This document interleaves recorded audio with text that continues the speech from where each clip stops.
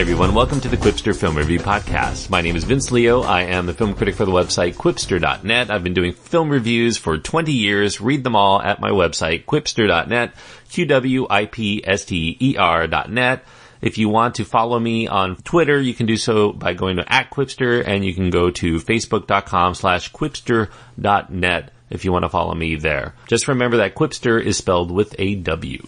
Today I'm going to be reviewing a film called Morgan. It's a science fiction thriller. It does have some horror elements to it as well. It's an R-rated film because it does contain brutal violence and some language. It runs an hour and 32 minutes. The stars include Kate Mara, Anya Taylor-Joy, Rose Leslie, Toby Jones, Michelle Yeoh, Jennifer Jason Leigh, and Paul Giamatti. Luke Scott is the director, and the screenplay is by Seth W. Owen.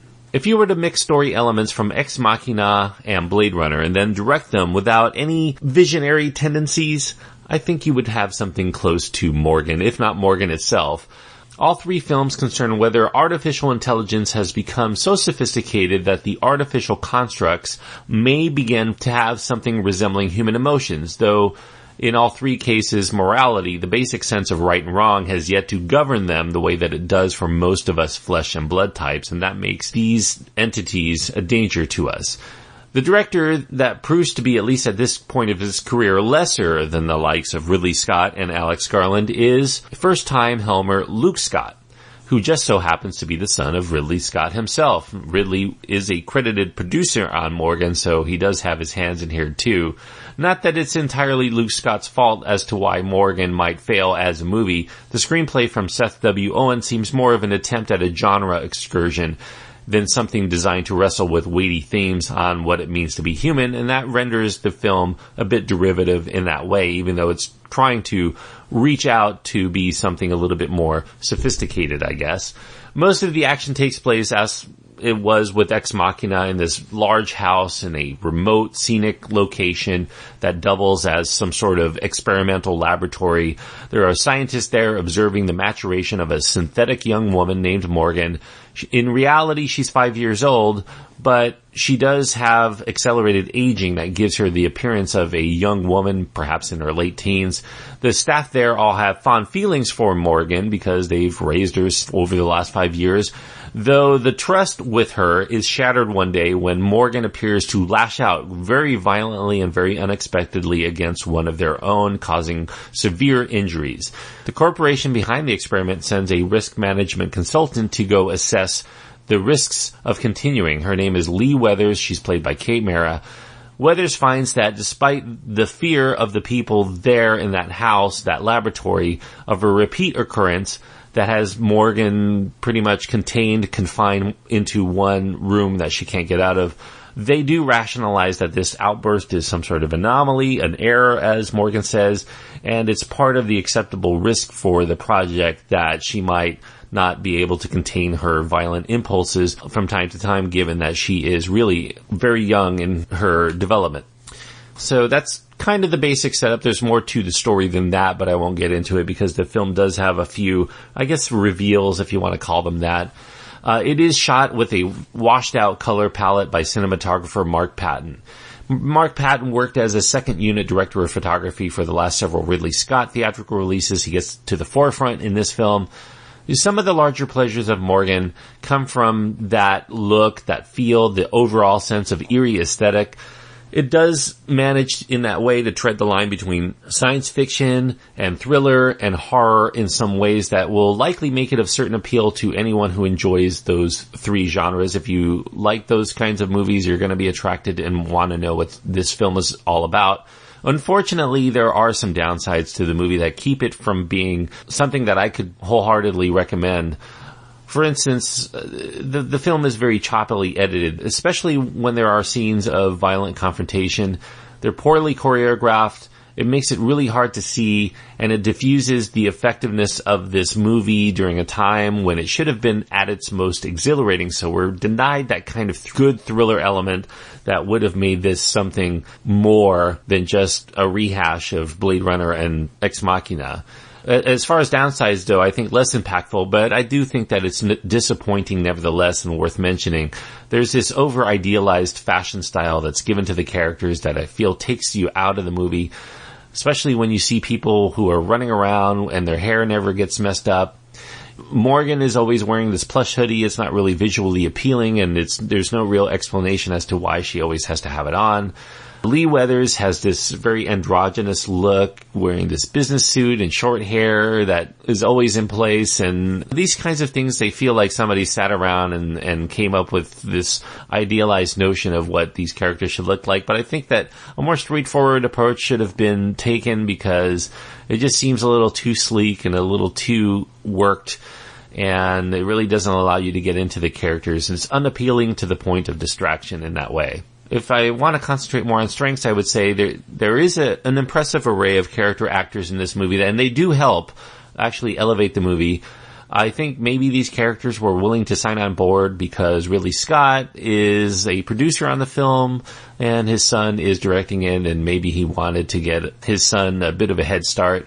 The film's pace does occasionally perk up when we have these veteran character actors come into play. Jennifer Jason Leigh's in here. She plays victim number 1 to Morgan. She's not in this very much, but, you know, she's a welcome presence. Paul Giamatti comes in perhaps for the best scene of the film, and he's a psychologist who comes to examine Morgan's mental state, and he delivers something, again, reminding you of Blade Runner, something that's akin to the Voight-Kampff test, in order to see her struggle with emotions and to see if this experiment is a failure or perhaps it should continue on.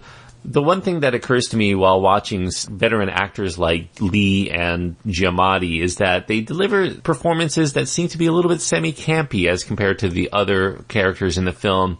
And for those bits of time when they're on the screen, they do manage to make the film a little bit more entertaining, because the film had otherwise been a very dour experience throughout.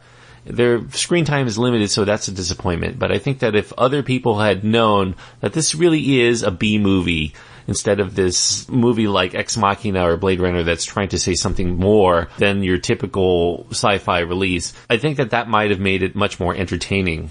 I will say that if you did not have the star power that's contained in this film, many people might have easily confused it with any other run-of-the-mill straight-to-VOD or basic cable effort. It's really on that level. So unless you really find yourself watching science fiction or horror on a VOD or basic cable level, I don't know that you're going to get a lot out of Morgan unless you really are thrilled to see these actors. If there's anything within this movie that's going to make you say, I want to see more of that in future, it's going to be the solid performance, I think, of Anya Taylor-Joy in the title role. Along with The Witch earlier this year, Taylor-Joy shows that she has the talent to go very far as an actress once she can cross over from these genre films, this horror film, to be more mainstream, because she definitely has a lot of talent, and it's evidence, as she is, I feel, the best thing in Morgan. Now, Morgan may have a limited audience, primarily among those who don't mind B-movie type science fiction, horror, thrillers. But those people who are going to be coming into the film expecting, as marketed, the futuristic plunges into artificial intelligence, and that would have something worth discussing on some sort of intellectual or philosophical level, you know, this movie really isn't going to be something that sparks a lot of discussion once the credits roll or beyond. Really, if you want an example of a film that tries but fails, Morgan is really the one to discuss, whereas Blade Runner and Ex Machina are the ones that are worth delving really deep into. There are a few attempts in the film to throw a surprise in the narrative. Most viewers, I think, are going to be able to predict the nature of any reveals long before the halfway point. In fact, if you were to stop the film halfway and ask me, how is the rest of the movie going to play out, I probably would have come remarkably close to what actually does occur. So, very predictable film in that way. Effectively, it makes the last half hour of the film tedious to follow, because it finally becomes the kind of dark and violent movie that they've been marketing this film as.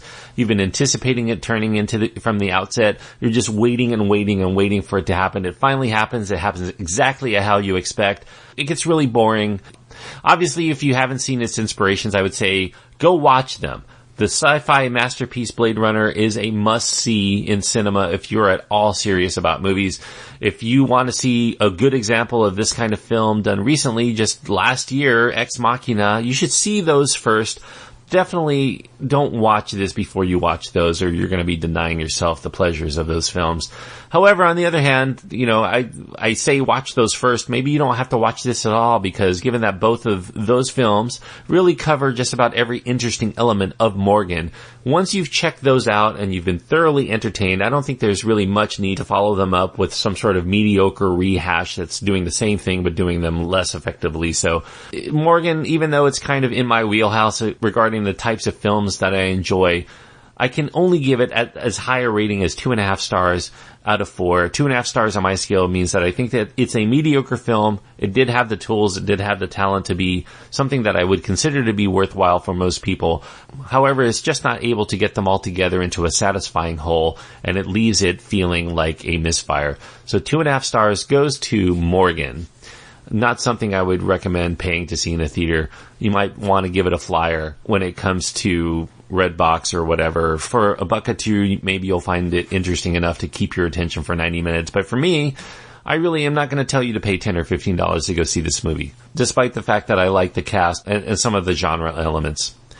Thanks to everyone for listening, and I just want to let you know that if this is your first time listening, I want to encourage you to click the subscribe button, and I deliver about 3 to 5 new reviews every single week, and they're all a la carte, so you don't have to listen to the ones you don't want to, or you can save the ones that you intend to see until after you've seen the movie and then come back and listen if you want to do that as well. If you have been listening to a while, I want to reach out to you and encourage you to go to iTunes and leave a review, because that really does help immensely. And I'm trying to build the audience to make this show worthwhile for continuing, so if you want it to continue, that's the best way that you can show your support. Also, if you want to reach out to me directly and let me know what you think of Morgan or any other film that I've reviewed, or any film that you think I should review, you can do that by going to my website. You can find my contact information there. That's quipster.net. QWIPSTER.net is where to go.